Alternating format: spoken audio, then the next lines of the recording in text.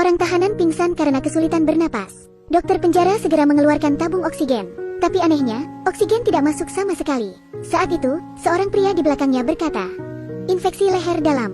Pria itu tersenyum. Setelah memakai disinfektan, dia menyentuh leher tahanan itu dan langsung menemukan penyebab tahanan itu pingsan. Ternyata, ada duri ikan tersangkut di kerongkongannya. Lalu, dia memakan sosis kedaluarsa.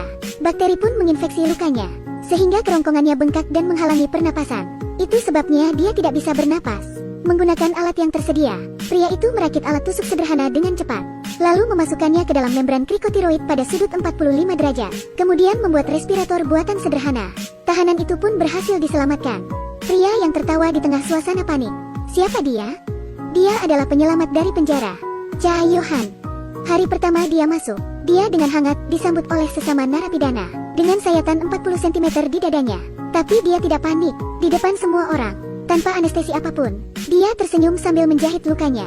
Sejak itu, tak ada yang berani mengganggunya lagi. Bahkan sipir penjara pun menghormatinya. Kali ini, dia sedang berbicara dengan teman satu selnya, Park. Dia tidak sengaja melihat ruam merah di tangan Park. Yohan pun menyuruhnya pergi untuk pemeriksaan.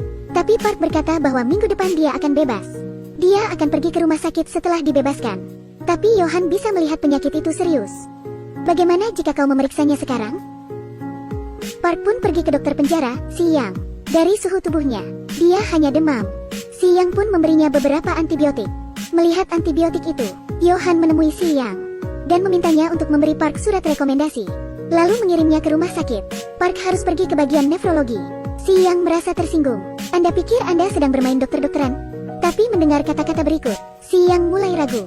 Seorang laki-laki berusia 22 tahun, memiliki gejala sakit perut, diare, dan muntah. Ruam merah di tangannya, demam, dan kebas. Apa yang harus Anda lakukan? Anda masuk. Tidak ada trauma baru-baru ini melakukan tes darah dan ronsen, tapi tidak ada yang ditemukan. Mungkinkah itu demam biasa? Si Yang mulai ragu setelah mendengar itu. Tapi dia harus mengejar penerbangan ke luar negeri. Jadi, dia memberitahu sipir, jika Park merasa sakit, sipir itu harus mengirimnya ke rumah sakit. Kemudian, Si Yang bergegas pergi ke bandara. Tiba-tiba, sipir itu memanggilnya. Ada sesuatu yang terjadi pada Park. Dokter ini bisa dengan cepat mendiagnosis penyakit seseorang. Kelihatannya, dia punya mata seperti mesin CT scan. Park mengalami serangan mendadak. Tubuhnya dipenuhi ruam merah. Matanya mengalami disorientasi.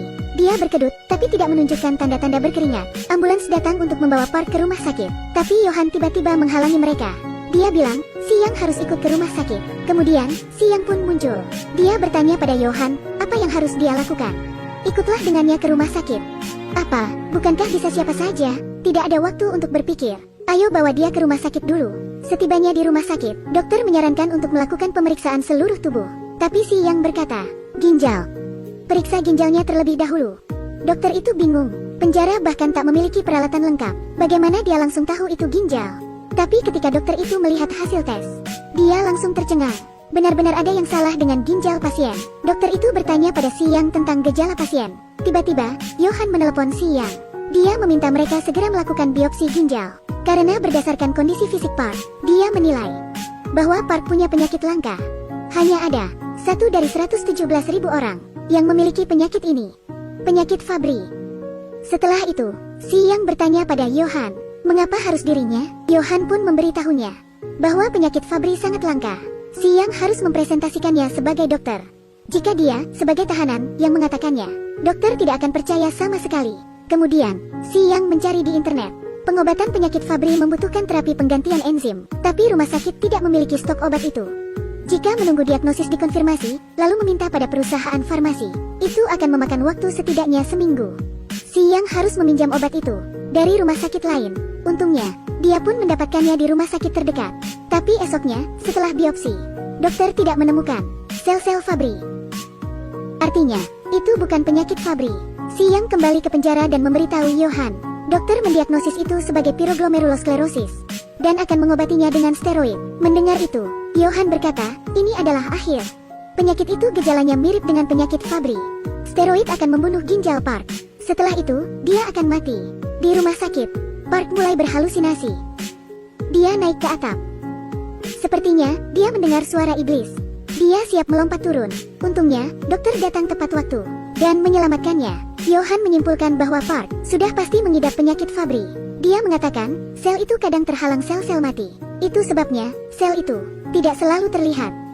Jika dilakukan biopsi ulang, diagnosis akan dikonfirmasi. Tapi dokter menolak.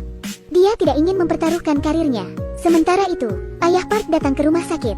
Si Yang pun mengetahui bahwa ibu dan saudara perempuan Park mengidap Fabry.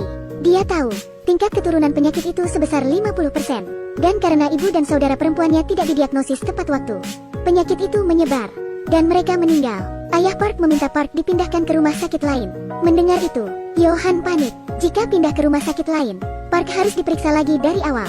Tubuh Park tidak bisa menunggu lebih lama lagi. Akhirnya, Johan membuat keputusan penting. Dia meminta si Yang untuk menyuntikkan obat terapi enzim. Namun, dokter menentangnya. Ketika dia hendak menyeret si Yang keluar, Johan muncul. Ternyata, hari itu, jam 12 siang, Johan telah resmi dibebaskan. Si Yang segera mengambil obat itu dan bersiap menyuntikkannya. Dokter itu mengambilnya.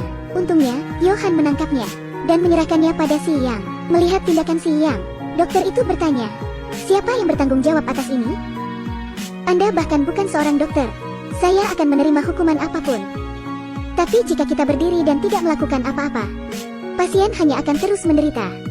Bukan karena mereka sakit, tapi karena dokter tidak melakukan apa-apa." Dalam biopsi lain, sel itu akhirnya muncul. Park akhirnya didiagnosis mengidap penyakit Fabry. Dia pun diselamatkan. Terima kasih, dokter, terima kasih. 1 dari 100.000.